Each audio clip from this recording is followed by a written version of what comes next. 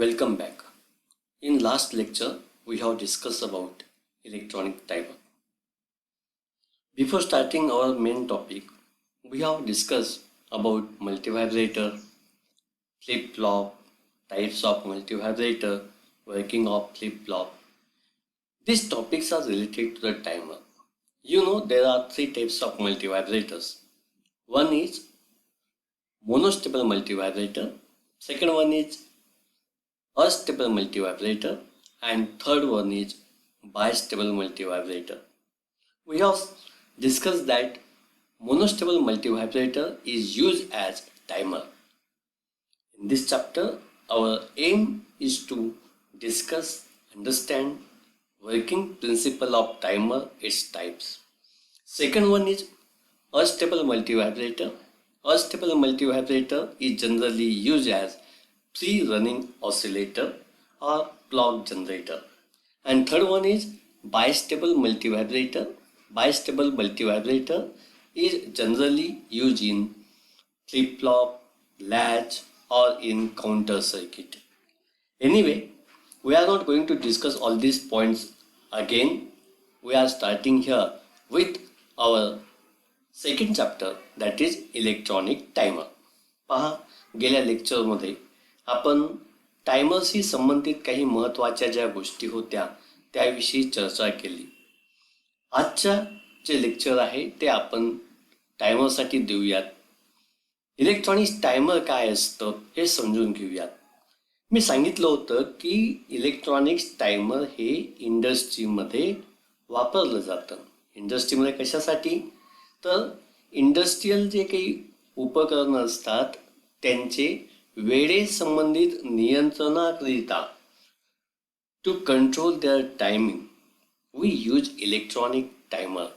समजा मी एखादं मशीन मला सुरू करायचं आहे 10:20 तर मी टायमर सेट करतो आणि 10:20 ते मशीन सुरू होईल. काही मायक्रोसेकंद 2 सेकंदपर्यंत आपण जर वेळ नियंत्रित करीत असू तर त्यासाठी सामान्यतः इलेक्ट्रॉनिक टायमर वापरतात. परंतु जर समजा तासांमध्ये आपल्याला हे टाईम कंट्रोल करणं आवश्यक असेल तर त्या केसमध्ये आपण मेकॅनिकल टायमर वापरतो. टायमरचे वेगवेगळे प्रकार असतात.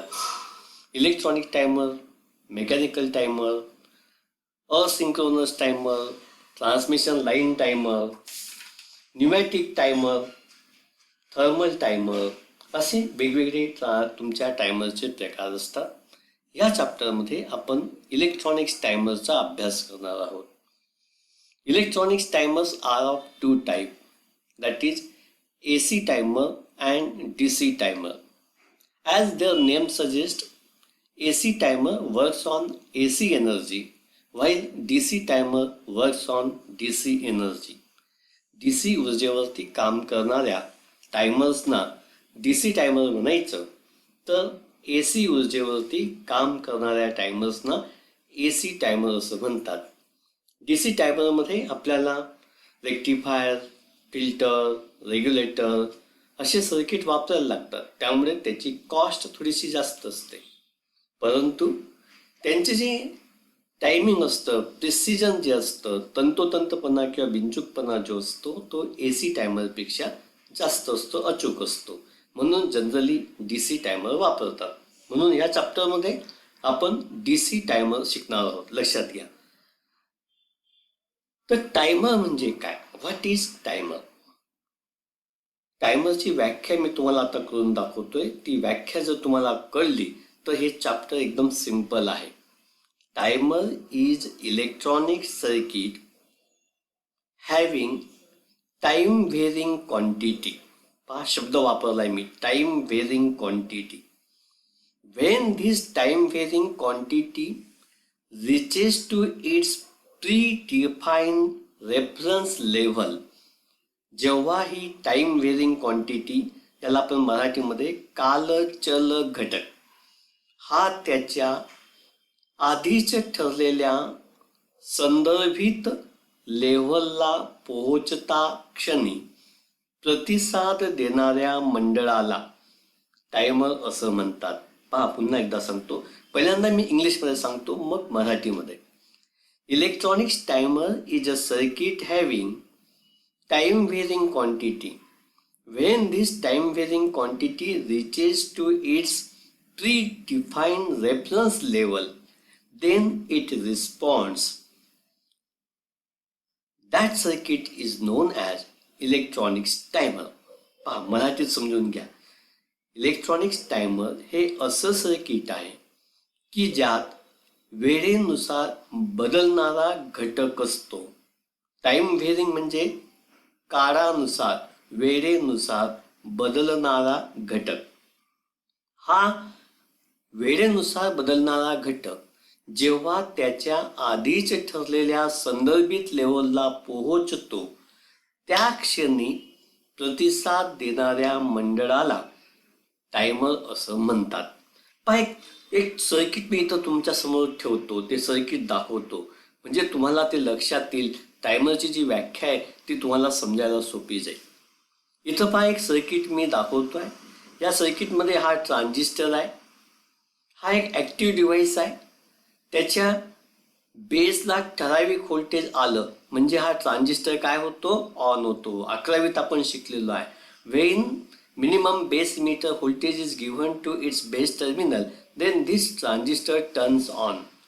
ट्रान्झिस्टर ऑन झाला की त्याला जोडलेला हा जो रिले आहे तो ऑन होईल आणि रिलेला जोडलेला जो कोणता लोड असेल, तुमचं मोटर असेल किंवा दुसरं कुठलं डिव्हाइस असेल, उपकरण असेल, ते उपकरण सुरू किंवा काय होईल, बंद होईल.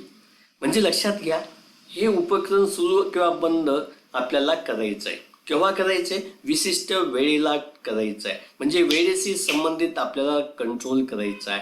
हे वेळेशी संबंधित कंट्रोल करण्यासाठी आपण टायमर वापरतो. येते लक्षात.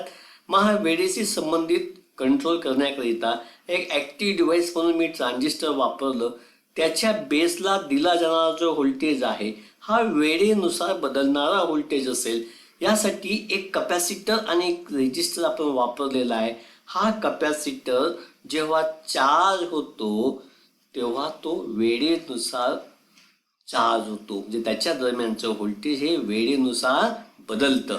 हे जे व्होल्टेज आहे जे वेळेनुसार बदलतं, कपॅसिटरचं चार्जिंगचं व्होल्टेज किंवा डिस्चार्जिंगचं व्होल्टेज, त्याला काय म्हणायचं, वेळेनुसार बदलणारा घटक. ओके, लक्षात आलं तुम्हाला. म्हणजे टाइम व्हेरिंग क्वांटिटी असं जेव्हा मी म्हणतो तेव्हा काय लक्षात घ्यायचं, ह्या कपॅसिटरचं चार्जिंगचं व्होल्टेज किंवा डिस्चार्जिंगचं व्होल्टेज हे ठरलेलं आहे की एवढं आलं की हा ट्रान्झिस्टर ऑन होईल. म्हणून त्याची लेव्हल फिक्स आहे, प्री डिफाईन आहे. आपण सर्किट डिझाईन करताना मी ठरवलेलं आहे की ह्या वेळेला हे व्होल्टेज या ट्रान्झिस्टरच्या बेस इमिटर व्होल्टेजच्या आवश्यक किमती इथपर्यंत जाईल.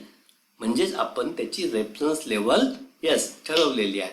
जेव्हा हे व्होल्टेज त्या रेफरन्स लेवलला पोहोचतं, at that point this transistor turns on. हा ट्रान्झिस्टर ऑन होतो आणि त्याला जोडलेला जो लोड आहे तो काय होतो, ऑन होतो किंवा ऑफ होतो. अशा पद्धतीने कालचल घटक असलेला म्हणजे कपॅसिटरच्या दरम्यानचं व्होल्टेज जे वेळेनुसार बदलतं ते व्होल्टेज असलेला आणि हा कालचल घटक त्याच्या रेफरन्स लेवलला, ही रेफरन्स लेवल ट्रान्झिस्टर ऑन व्हायची, बरोबर ना, त्या रेफरन्स लेवलला पोहोचता क्षणी प्रतिसाद देणारं हे सर्किट त्या रेफरन्स लेवलला काय देतं, रिस्पॉन्ड करतं. म्हणून त्याला काय म्हणायचं, टायमर असं म्हणायचं. इथं आपण हे ॲक्टिव्ह डिव्हाइस म्हणून ट्रान्झिस्टर वापरलेला आहे म्हणून त्याला म्हणायचं ट्रान्झिस्टर टायमर. त्याला काय म्हणायचं, ट्रान्झिस्टर टायमर.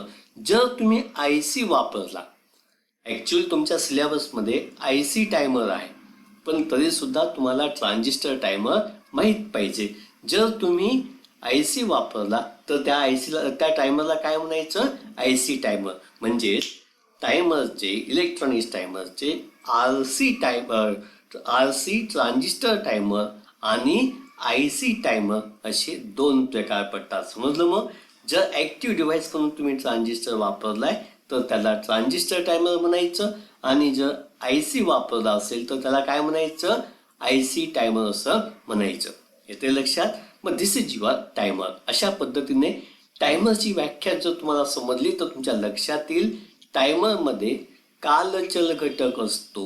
हा कालचल घटक त्याच्या रेफरन्स लेवलला पोहोचल्या क्षणी हे जे सर्किट आहे, हे जे ॲक्टिव्ह डिव्हाइस आहे त्याला रिस्पॉन्ड करतं आणि नंतर त्याला जोडलेला लोड जो आहे तो सुरू किंवा बंद होतो. असं जे सर्किट आहे त्याला काय म्हणायचं? टायमर असं म्हणायचं. चला, तर आपण टायमरची व्याख्या समजून घेतली. Timer is electronic circuit having time varying quantity. When that time varying quantity reaches to its predefined reference level, then that circuit responds. Such a circuit is known as what? Electronics timer. Here या ठिकाणी महत्वाचं काय? Time varying quantity. जे महत्वाच्या गोष्टी ते part. Time varying quantity, reference level आणि त्याला प्रतिसाद देणारं हे सर्किट. ओके, येते लक्षात? टाइम व्हेरिंग क्वांटिटी म्हणून आपण व्होल्टेज वापरतो. आपण करंट वापरू शकतो, परंतु आपण जनरली व्होल्टेज वापरतो. रिस्पॉन्ड करण्यासाठी जर तुम्ही ट्रान्झिस्टर वापरलं तर त्याला म्हणायचं ट्रान्झिस्टर टायमर. जर तुम्ही IC वापरला तर त्याला काय म्हणायचं? IC timer. म्हणजे टाइम व्हेरिंग क्वांटिटी जे आपण तयार करतो, वेळेनुसार बदलणारं हे जे व्होल्टेज तयार करतो ते कसं तयार होतं? एक तर कॅपॅसिटरच्या चार्जिंगमुळे किंवा कॅपॅसिटरच्या डिस्चार्जिंगमुळे. म्हणून आपल्याला टायमर शिकण्याच्या आधी कॅपॅसिटरचं चार्जिंग कसं होतं, कॅपॅसिटरचं डिस्चार्जिंग कसं होतं ते तुम्हाला माहीत असणं आवश्यक आहे. 11वीत आपण कॅपॅसिटर म्हणजे काय ते पाहिलं. काय असतं कॅपॅसिटरमध्ये? धातूच्या दोन पट्ट्या, 2 conducting plates are connected in parallel and isolated by what? Some insulating material. धातूच्या दोन पट्ट्या एकमेकांच्या समांतरमध्ये ठेवून त्या दोघांना इन्सुलेटिंग मटेरियलने, डाय इलेक्ट्रिक मटेरियलने आपण वेगळ्या वेगळ्या करतो. तो जो कॉम्पोनंट तयार होतो त्याला काय म्हणतो आपण? कॅपॅसिटर. त्याला कॅपॅसिटर का म्हणतात? Because capacitor have capacity to store electrical charge. त्याच्यामध्ये विद्युत प्रवाह साठवण्याची क्षमता असते, म्हणून त्याला काय म्हणतो आपण? कॅपॅसिटर. 11वीत आपण कॅपॅसिटरचं चार्जिंग आणि डिस्चार्जिंग दोघं गोष्टी पाहिल्या. तरी सुद्धा आता आपण टायमर शिकताना पुन्हा एकदा कॅपॅसिटरचं चार्जिंग आणि डिस्चार्जिंग अभ्यासूया. म्हणजे तुमच्या लक्षात येईल की हे चार्जिंगचं व्होल्टेज किंवा डिस्चार्जिंगचं व्होल्टेज ज्याला आपण काय म्हणतो? टाइम वेरिंग क्वांटिटी असं म्हणतो, टाइम वेरिंग व्होल्टेज असं म्हणतो, ते कसं टायमरमध्ये वापरलं जातं हे तुमच्या लक्षात येईल. पुढच्या लेक्चरमध्ये आपण कॅपॅसिटरचं चार्जिंग आणि डिस्चार्जिंग याविषयी चर्चा करू. तोपर्यंत बाय. थँक्यू.